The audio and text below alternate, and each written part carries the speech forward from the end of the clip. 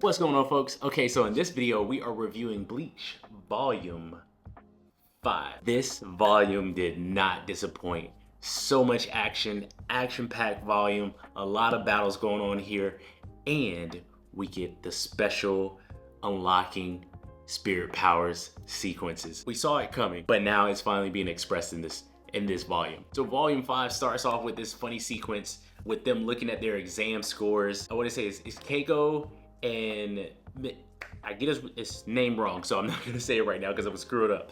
But it's Keiko and another one of Ichigo's friends, close friends, and they're talking about their exam scores and they're looking, and because they get a low score, they're over here just like, yes, success. And the other one, Keiko's just like, yes, master, we have succeeded, or yes, sergeant, something like that. It's just a funny sequence between them two. But then the funny part is when they actually see Ichigo score and see he's at one of the top students. He's above, I think it was like above rank 20 or something like that. And they're just like, what? They're losing their mind because of there's them seeing Ichigo be so high up, and they're pretty much exiling him because they feel like he's betrayed them for actually being a good student or really good with his grades. And then we also see Orihime is actually pretty smart as well, and she's at the top as one of the top students. But then we also get to see, as we were introduced in the last chapter with Uryu, I want to say Uryu. I'm gonna say his name like that. I'm watching the anime right now, so I'm gonna start to get these names correct sooner or later. But anyway, so we got Uryu in there, which we see now, like he's the rival for Ichigo. Later on, I'm guessing they're gonna team up, but he's Ichigo's rival. They said, oh, he's at the top of the class. And Ichigo's like, number one? How? But yeah, so you get that going on there. And then she says like he's always been in our class, and explaining this whole entire sequence to him. So Ichigo never knew this guy was in the class the whole entire time. He didn't detect his spirit energy or anything like that. And then of course they always have to have this weird thing about them. They're this character that shows very minimal emotion except for determination to achieve their goal. There we go. Wow. That was really good. But yeah, determination to achieve their goal. But he has this weird quirk where he does a lot of sewing and stitching, and he's really good at it. And one girl gave him, oh, I have this teddy bear and it's like this, and he ends up fixing it up really quickly. He takes out his his little sewing kit and just puts it together. Of course, they always got to throw that in there, but I love when they do things like that. Always giving them like this weird quirk that they have. It's very funny to me. So now we're gonna fast forward and we're going to Ichigo. He's following Uryu the whole entire time, and then Uryu just like, okay, you're gonna stop following me. And we see the difference between the two. Ichigo is very inexperienced but just has a natural talent. Uryu, he's been practicing so hard, and he learns all of these things that Ichigo will eventually learn, I'm sure, but he's learning all these things and making himself feel more superior to Ichigo because he knows all of these things that Ichigo doesn't know. And as we know now, going into this chapter, getting into it, that Uryu is a Quincy, and they don't like, well, at least he doesn't like Soul Reapers. He said he hates Soul Reapers, and obviously he hates Ichigo because of that. But it's because of what happened. We don't know what happened until we finally get the explanation going into Rukia's going to the shop, Kitsuki.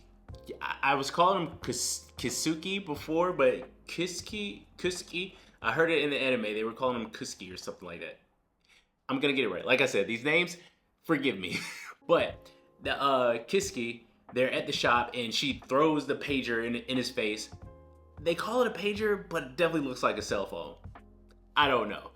So she throws it in his face and saying like this thing is broken because she's not getting the detection, or they were running into, they thought it was false hollow alerts, but it actually wasn't false hollows alert. As we went over, they were just missing out because Uryu was getting to them first. So now we have Ichigo and Uryu's facing off, and Uryu's challenging Ichigo to a challenge to see. I said a challenge to challenge. He's challenging him to a challenge to see. But Ichigo is getting challenged to see who can pretty much defeat the most hollows. So Ichigo is just like, are you insane? And he shows him the bait, and it's hollow bait. This is crazy. Like, you have bait to lure hollows in. I'm like, where does this come from? Obviously, thinking about what the Quincy's were, like, they destroyed hollows, they didn't actually cleanse them, so they were hunters. So it would make me believe that they would have something like that up their sleeve to be able to lure them in. And maybe other Soul Reapers have that too. We just haven't seen enough of it yet, but we see it now in this sequence. Ichigo doesn't really accept it, but he already crushes the bait, and it starts to sprinkle off, and already hollows are starting to be attracted out, and Iryu uses his spirit bow, we're gonna call it, his spirit bow. I don't even know if they gave it a name, but I'm giving it the spirit bow name. So he starts to use his spirit bow, and he already knocks out one. He said, you better hurry up and be quick about it. But Ichigo, and this is the difference between the two, Iryu is so determined to prove that he is better than Ichigo and better than Soul Reapers, that he is willing to put other people's lives in danger in order to prove that. But Ichigo, and this is how we see, like, Ichigo does have, he's maturing more, and we're seeing more of who he actually is. He cares legitimately about everyone else that's around him. And he's saying, are you insane? Like, all, like, our family members, our friends, schoolmates, like, everybody will be in danger when you're doing this. But once again, the ego on Iryu is saying, like, oh, we'll destroy him before any of that even happens. But as we're gonna see, my man was highly mistaken. So we get to the shop again, and they're talking, and Kutsuki, Rukia asked a question to Kutsuki. It's just like, what is a Quincy? Or what happened with the Quincy's or whatnot. Or, yeah, she said, what is a Quincy? And he explains, like, what they are, because they said, like, I haven't heard that name in a while. And they explain the whole entire relationship between Quincy's and Reapers. So Quincy's were actually a clan, and I want to say it in my notes. Quincy's were a clan that was dedicated to fighting the Hollows, and the story is they perished 200 years ago. And they perished because it was an imbalance. Quincy's kill Hollows. Soul Reapers reap Hollows. So they completely destroy them, which causes an imbalance in the two worlds or realms. The two realms. It causes an issue there because it's out of balance. They're reaping to bring balance to the Soul Society instead of them killing, and then there's no transfer over to the Soul Society. And then I want to say it goes back. I can't remember specifically how it works, but I just know the Reapers cleansing brings balance, and they cleanse only so much. So they're keeping balance, but the Quincy's threw everything out of balance. And the only way the Soul Society decided to handle that was to completely eliminate all the Quincy's. And now, like I had said before, we're getting a really good insight into the Soul Society and how the Soul Society is not this wonderful magical place that you go to once you're trying to pass on. Obviously, they have some issues themselves. But, so Rukia gets that whole entire story, and now we're about to get into the deep stuff. The really good, exciting stuff. So let's get into all the powers being unlocked. So Chad is with some friends, and then all of a sudden this Hollow comes into play, and he realizes the Hollow is trying to attack him. So he runs off.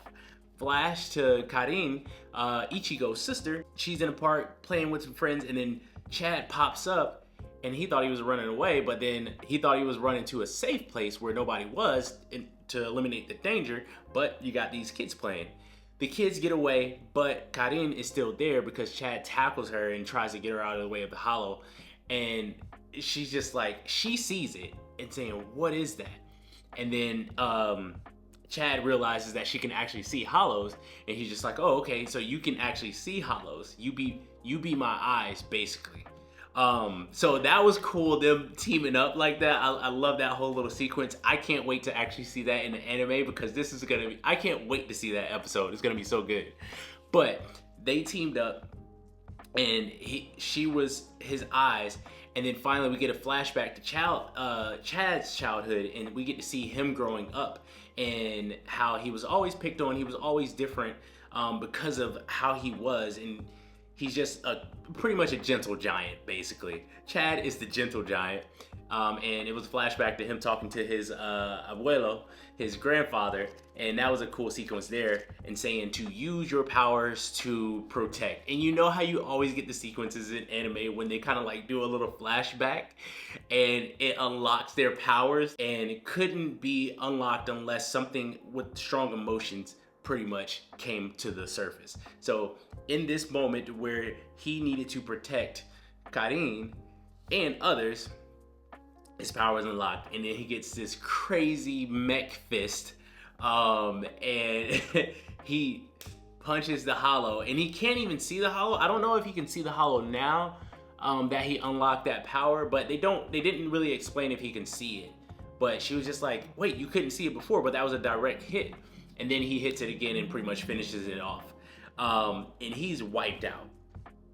And Karin is just like, oh, are you okay? Thank you. And then he's just like, yeah, I'm fine. And then she kicks him while he's down. And I can't forget, he did this corny little thumbs up.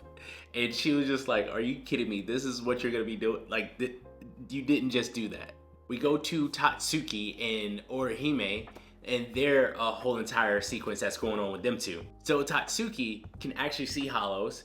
I don't know how well she can see them, comparatively speaking to the ones that she just saw, because I remember in the other sequences, I don't remember her seeing them that well. But this one hollow spirit that they started to sense, her and Orihime, ended up like taking control of her classmates and pretty much putting the classmates onto them, making the classmates attack Orihime and Tatsuki. And Tatsuki is a complete badass.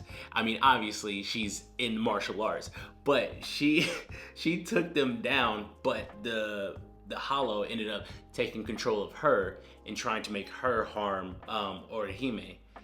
And it was just a little bit too much for Tatsuki. And then once Orihime saw, of course, one of her friends in danger, that unlocked her power.